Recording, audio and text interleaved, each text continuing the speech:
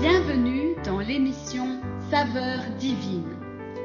Cette bonne nouvelle du royaume sera prêchée dans le monde entier pour servir de témoignage à toutes les nations.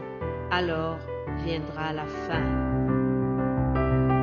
Ce pain céleste vous est présenté par Immaculée Niraneza.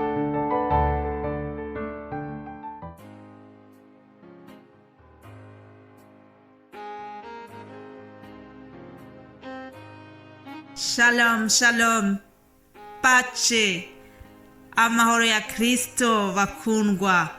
Oh, je vous salue au nom de Jésus-Christ, au travers cette salutation de la paix. Le Saint-Esprit m'a mis à cœur de vous souhaiter la paix de notre Seigneur dans les trois langues, la langue italienne, puis la langue hébraïque, ainsi que ma langue maternelle.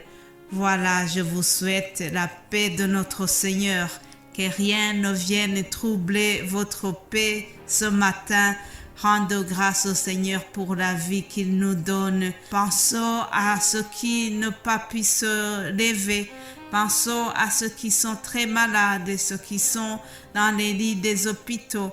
Que le Seigneur les visite et qu'il leur donne la paix. Je continue en vous partageant ces deux versets du psaume 56. Au verset 4 et 5, je lis ceci. Quand je suis dans la crainte, en toi je me confie. Je me glorifierai en Dieu. En sa parole, je me confie en Dieu, je ne crains rien. Je répète, je me glorifierai en Dieu, en sa parole, je me confie en Dieu, je ne crains rien. Alléluia. Le verset 4 commence en disant, quand je suis dans la crainte, en toi je me confie. Et toi, cher ami, mon frère, ma sœur qui m'écoute à l'instant, lorsque tu es dans la crainte, lorsqu'il y a des choses qui te tracassent, lorsque tu es en panique, lorsque tu n'es pas sûr de toi, en qui est-ce que tu te confies? Celui qui a fait le psaume ici, c'est David. Il dit, moi je me confie en Dieu. Ce matin, je vous invite encore à nous confier en Dieu. Nous ne nous confions pas à quelqu'un d'autre. Oui, c'est bien de se confier aussi aux amis, c'est bien de s'appuyer sur nos proches, mais en premier lieu, pensons à nous confier à Dieu. C'est lui qui va nous aider à marcher la tête haute. Lorsque nous nous confions en Dieu, nous ne craignons rien. C'est ce que le psaume vient de nous dire. Alors ce matin, encore une fois, le Saint-Esprit nous invite à remettre notre sort à l'Éternel. Il nous soutiendra, il ne nous laissera jamais. Oui, sa parole nous dit qu'il ne laisse jamais chanceler le juste. Alors je voudrais vraiment commencer cette journée en te disant, en te rappelant cette promesse de notre Seigneur. Il ne laissera jamais chanceler le juste. Ne crains rien, le Seigneur est avec nous. Ne craignons rien, le Seigneur est avec nous, chers amis. Quand je suis dans la crainte en Dieu, je me confie, dit le psaume. Continuons le thème que nous avons commencé.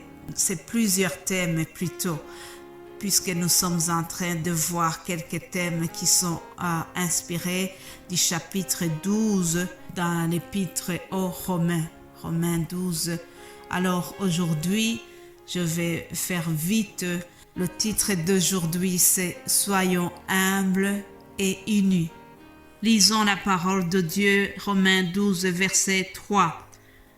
Par la grâce qui m'a été donnée, je dis à chacun de vous de n'avoir pas de lui-même une très haute opinion, mais de revêtir des sentiments modestes selon la mesure de foi que Dieu a départie à chacun.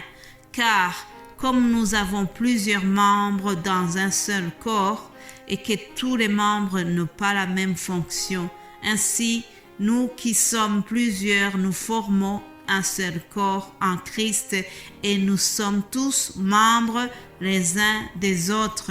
Alléluia. Dans ce verset que je viens de vous lire, il y a deux thèmes importants que je voudrais traiter, c'est l'humilité et l'unité.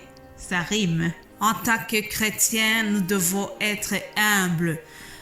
Jésus-Christ a été notre modèle dans l'humilité. La Bible nous dit qu'il s'est humilié, il a pris la forme d'un homme en venant sur terre.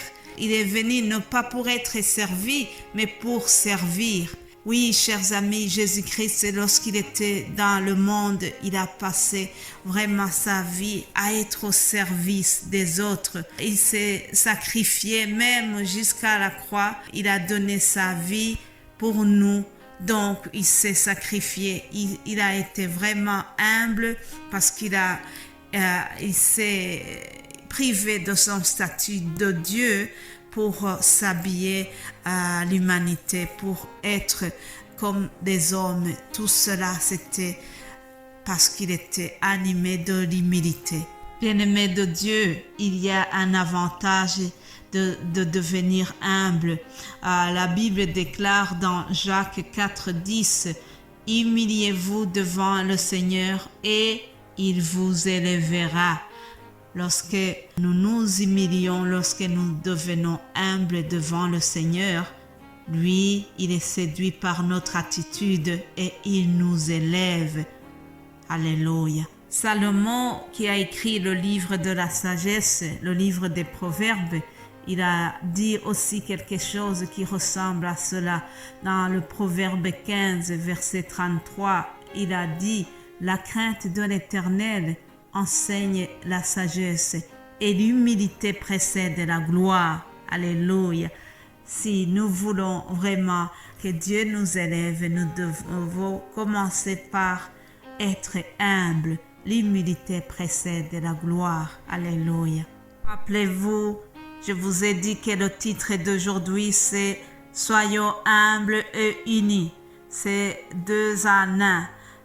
Je viens de vous parler de ce qui concerne l'humilité. Maintenant, rapidement, voyons aussi ce qui concerne l'unité. Dans les versets que je vous ai lus dans Romains 12, au verset 5, nous apprenons que nous sommes plusieurs, mais nous formons un seul corps en Christ et nous sommes tous membres les uns des autres.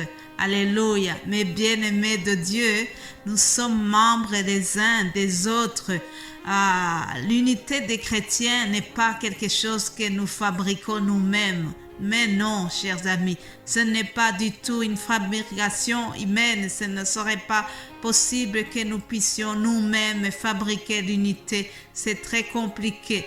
Mais c'est le miracle extraordinaire qui est opéré par le Saint-Esprit. Le Saint-Esprit habite en nous et c'est celui-là qui crée l'unité.